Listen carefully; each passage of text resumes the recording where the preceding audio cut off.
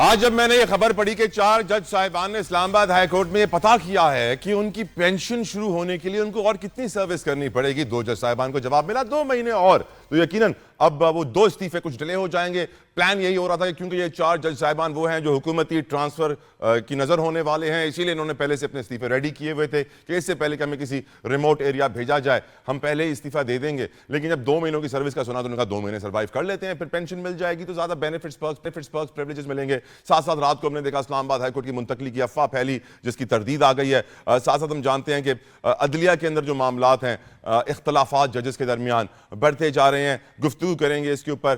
سب سے پہلے اگین میں شاہدہ رحمانی صاحبہ سے چاہوں گا کہ وہ بات کریں اس کے اوپر۔ شاہدہ صاحبہ، آپ کی نظر میں عدلیہ میں بہتری آئی 26ویں 27ویں ترمیم کے بعد؟ ان کے آپ نے کہا پاورز تو لے لیے، اب وہ کوئی سو موٹو ایکشن نہیں لے سکتے، ایڈونچرزم کی طرف نہیں بڑھ سکتے، جوڈیشل ایکٹیوزم کا ورڈ ماضی میں بہت یوز ہوا ہے، لیکن آج پاکستان کو اس کی سب سے زیادہ ضرورت کیا اس لیے پڑی کہ عمران خان کے کیسز چل رہے تھے اور اس کو ریلیف نہ ملے؟ کیونکہ دیکھا یہی گیا ہے کہ جو عمران خان کو ریلیف دے رہا تھا وہ حکومتی ریڈار کے اوپر آ گیا کہ یہ پی ٹی آئی کے ججز ہیں، یہ ریلیف دے رہے ہیں، ان کے خلاف کارروائی ہونی چاہیے، ہمیں پاورز چاہیے، اس لیے آئینی ترمیم لے کر آئی جائے، اور پھر سب کچھ جو ہو رہا ہے پوری قوم دیکھ رہی ہے۔ آپ کی نظر میں شاہدہ رحمانی صاحبہ، کیا آپ اپنے حلقے کے لوگوں کو یہ کہہ سکیں گی کہ جو ترمیم آئی ہے اس سے عدلیہ میں اب بہتری آ گئی ہے، آپ جائیں عدالت جائیں، آپ کو جلدی انصاف ملے گا، بر وقت ملے گا، اور آپ کے زیادہ خرچہ بھی نہیں ہوگا، وکیل بھی کم پیسے لیں گے؟ آپ کی رائے اس پوری سچویشن کے اوپر شاہدہ رحمانی صاحبہ؟ دیکھیے جتوئی صاحب، بات یہ ہے کہ ایک دم سے چینجنگ نہیں آتی، امینڈمنٹ ہوتی ہے، اس کی امپلیمنٹیشن ہوتا ہے، اور امپلیمنٹیشن آپ دیکھ رہے ہیں کہ ابھی کانسٹیٹیوشنل کورٹس بنی، ان کے ججز نے اوتھ لیا، اور اس کے بعد جو ہے ایک نظام جو ہے وہ نافذ ہوا۔ اب آپ نے بات کی کہ جی ججز کے استعفے آ رہے ہیں اور وہ یہ پوچھ رہے ہیں کہ جی مراد، تو میں سمجھتی ہوں کہ جس طرح عدلیہ کے اندر ججز کی ایک مونوپلی تھی، چند کمپنیز جو ہیں وہ آپس میں ایک دوسرے کے ریلیٹیوز کو پروموٹ کر رہی تھی۔ فار ایگزامپل سپریم کورٹ کے ایک بہت بڑا بینچ ہوتا ہے جس میں 18 19 20 جو بھی ججز ہوتے ہیں، ان میں آپ نے دیکھا کہ ماضی میں جتنے بھی بینچز بنتے رہے اس میں 4 5 سے زیادہ وہی ججز جو ہیں گھوم کر ہر ایک میں ہوتے تھے۔ کس کا میں نام لوں؟ جسٹس بندیال کا لوں، ثاقب نثار کا لوں، یا اعجاز الاحسن کا لوں، یا منیب کا لوں، یعنی ہر مونوپلی بنائی ہوئی تھی، اور ہر کیس کو اپنے پاس لگا کے پھر کس کو انہیں، یہ تو صاف ظاہر ہے نا کہ وہ سیاست جس طریقے سے کر رہے تھے، جس طرح آپ نے دیکھا کہ گڈ ٹو سی یو بھی ہو رہا تھا، کہا جا رہا تھا۔ آپ بتائیں کہ کیا ججز یہ اپنے اوتھ سے وفاداری کر رہے تھے کہ کون سی پارٹی کا کون سا مقبول لیڈر ہے، اور اس کو اگر وہ جو ہے سزا یافتہ بھی ہے تو اس کو کس طریقے سے ریلیف دینا ہے، کس طرح اس کو مہمان خانے میں ویسے ٹھہرانا ہے، شاہدہ کتنے اس صاحبہ کے اوپر شاہدہ اگر صاحبہ آپ نیب کے اگر اس کے اوپر کیسز ہیں، جرم ٹھیک ثابت ہو ٹھیک چکا ہے، ٹھیک اس کو سزا ہو گئی ہے، اور ہم اس کے بعد بھی آپ جو ہیں ان کو جو ہے اس طرح کی، تو یہ ساری اگر سیاست کرنی ہے بالکل استعفے بھی دیں، پرس پریویلیج کو بھی چھوڑیں۔ میں تو کہتی ہوں ایک ایسی لیجسلیشن آئے کہ جو بھی کسی بھی سیاست کی، دیکھیں امینڈمنٹ ایک ٹائم کے لیے نہیں ہوتی ہے، امینڈمنٹ ہمیشہ کے لیے ہوتی ہے، لیکن اور اس شاہدہ میں یہ صاحبہ نہیں ہوتا ہے کہ آئی اگری کسی شاہدہ صاحبہ خاص کو وکٹم کیا جا رہا ہے، نہیں، یہ ایک نظام ہے جو کہ ٹھیک ہمارے، آپ دیکھ لیں کہ ٹھیک دنیا میں عدلیہ کا کون سا نمبر آ رہا ہے، بالکل عدلیہ ٹھیک۔ کی کرپشن کہاں پر ہے اس وقت۔ میرا سوال بڑا سمپل ہے، آپ سمجھتی ہیں جس طرح وہ فون کال ایک لیک ہوئی تھی جس میں شہباز شریف صاحب جسٹس قیوم کو ڈائریکشنز دے رہے تھے کہ آپ نے یہ فیصلے کرنے ہیں، ان کو ریلیف دینا ہے، اب آپ کو لگتا ہے کہ اس طرح نہیں ہوتا ہوگا؟ ماضی میں تو ہم سب جانتے ہیں، پوری قوم جانتی ہے کہ ججز اور سیاستدان کا گٹھ جوڑ کیسا رہا ہے۔ دیکھیں یہ تو آپ نے خود بتایا نا، اور میں نے آپ سے اس سے پہلے بھی عرض کیا کہ بھٹو صاحب کے ساتھ کیا ہوا، بی بی کے ساتھ کیا ہوا، ان اب کی نہیں ہوگا۔ حکومت کو کیسے گرایا گیا، پھر کانسٹیٹیوشن کو کس طرح، آئین کو جو ہے پامال کیا گیا، اور اسی عدلیہ نے جو ہے نظریہ ضرورت کے تحت ہمیشہ ریلیف دیا ہے۔ تو اب میں سمجھتی ہوں کہ دیکھیں جہاں جہاں اس طرح کی آپ نے دیکھا کہ پارلیمنٹ کو جب توڑا جاتا تھا بار بار، تو میثاق جمہوریہ جیسا معاہدہ ہوا، اور 2008 سے آج تک ایک تسلسل کے ساتھ میڈم جمہوریت میرے اس ملک سوال میں سے چل آپ ہٹ رہی ہے۔ جاتی ہیں، سوری، آپ میرے سوال نہیں، سے ہٹ گئے ہیں۔ میں بالکل نہیں ہٹ رہی ہوں، میں بالکل بھی نہیں ہٹ رہی ہوں۔ اسی طرح جب عدلیہ کے اندر بیٹرمنٹ کی جا رہی ہے، عدلیہ کی بہتری کے لیے، عدلیہ کے وقار کے لیے، اس ملک میں جسٹس کے لیے، فوری انصاف کے لیے، تو اس میں بھی ہمیں سمجھتے ہیں کہ جہاں جہاں جو کمی بیچی اسے دور کرنا چاہیے۔ بالکل ٹھیک، بالکل ٹھیک، بالکل ٹھیک۔ علی گوہر بلوچ صاحب، آپ کی طرف آنا چاہتا ہوں۔ آج عدلیہ کیا ایگزیکٹو کے کنٹرول میں مکمل طور پر آ گئی ہے یا نہیں؟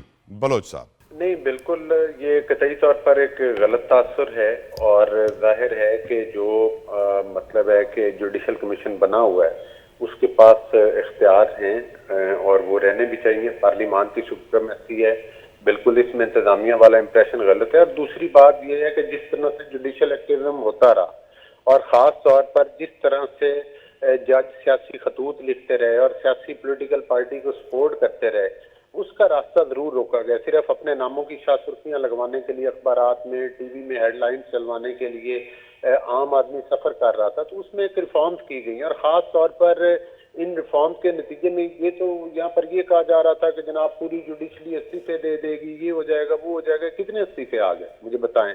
وہ تو بڑی مطلب. اور اس کے علاوہ جو ابھی حالیہ بعد کے الیکشن ہوئے ہیں, میجورٹی بارز نے اس ترمیم کی حمایت کر دی ہے اور اکثریت کے اندر. تو پھر آپ یہ تو وکلا تحریک کی باتیں کرتے تھے, تو ظاہر ہے کہ ایک پارٹی کے وکلا یا ایک خاص مکتبہ فکر کے جو وہ جج صاحبان تھے, جس طرح سے کہ وہ مطلب ہے کہ اپنی ڈومین سے بھی باہر جا کر فیصلے کرتے تھے, آئین کو ایک یک جنبش قلم سے اڑا دیا کرتے تھے. نیازی صاحب ہم توقع کرتے ہیں. بالکل ٹھیک بولو صاحب. نیازی صاحب آپ سے پوچھنا چاہتا ہوں ایک چیز. میں نے جب جنرل مشرف کا انٹرویو کیا تھا نا سر بہت سالوں پہلے, تو انہوں نے ایک چیز کہی تھی کہ عدلیہ میں اگر بہتری لانی ہے تو عدالتوں سے اسٹے آرڈر ختم کر دو. آج میں گزشتہ دنوں جناح اسپتال میں تھا تو مجھے معلوم پڑا کہ اسٹے آرڈروں نے جناح اسپتال کو تہس نہس کر دیا.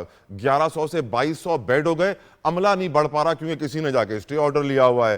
تعلیمی ادارے, ان کے اندر نظام خراب ہو جاتا ہے, کسی نے اسٹے آرڈر لیا ہوا ہے.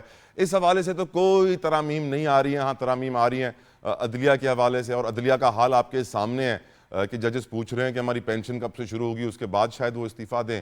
آپ کی نظر میں یہ آئینی ترامیم نے عدلیہ کا کیا حال کیا ہے, اور کیا وہ دن بھی آئے گا جب آئینی ترامیم میں عام آدمی کے لیے کچھ ہوگا, خاص طور پہ ہسپتالوں کے لیے اور یونیورسٹیز کے لیے, تاکہ وہ کام ان کا نہ رکے؟ نیازی صاحب. جتوئی جب 142 آپ کا نمبر دنیا کے اندر ہو, تو اس سے آپ خود اندازہ کریں کہ ہمارا عدل کا نظام کہاں پہ کھڑا ہے. اور پھر ابھی جو لیجسلیشن ہوئی ہے اس کے نتیجے میں تو مکمل طور پہ نظام ہی کولیپس کر گیا, بلکہ نظام یہ گر چکا ہے. یہ ابھی صرف زور زبردستی اور فستائیت کے نتیجے میں کھڑا ہے. کھڑا کیا ہے, لیٹا ہوا ہے, لیکن اس کو کوشش کی جا رہی ہے کھڑا کرنے کی. بیسیکلی تو اس میں کچھ بھی نہیں رہا. اور آپ کا یہ خیال کہ یہ لیجسلیشن کتنے 170 کے قریب جو ہے وہ آئینی عدالت کے اندر کیس ہوں گے. اصل چیز تو یہ دیکھنی تھی کہ جو سپریم کورٹ کے اندر کیسز ہیں ان کو کیسے ڈسپوز آف کیا جائے, ہائی کورٹوں کے اندر جو کیسز ہیں ان کو کیسے ڈسپوز آف کیا جائے. جو لوگ آج تک عدالتوں بڑا سمپل مشورہ ہے نیازی صاحب, عدالتوں کی چھٹی ختم کر دیں, ججوں کو بول دیں 24 گھنٹے ڈیوٹی کرنی ہوگی, جب تک یہ کیسز ختم نہیں ہوں گے. میں آپ کو لکھ کے دیتا ہوں 1 مہینے میں سارے ختم ہو جائیں گے, لیکن 5 انگلیاں گھی میں سر کڑھائی میں کیسے ختم ہوں گے سر؟ جب آپ خود رول آف لا کو فالو کریں گے تو ساری چیزیں آن لائن آ جائیں گی. جب یہ گورنمنٹ چاہتی نہیں ہے کہ رول آف لا جو ہے امپلیمنٹیشن ہو, اور ان کا تو سادہ فارمولہ ہے کہ جتنا دبا سکتے ہو دباؤ, جتنا نظام کو جو گرتا ہوا نظام ہے اسے اپنے لیے کچھ نکال سکتے ہو تو نکال دو. یہی چل رہا ہے.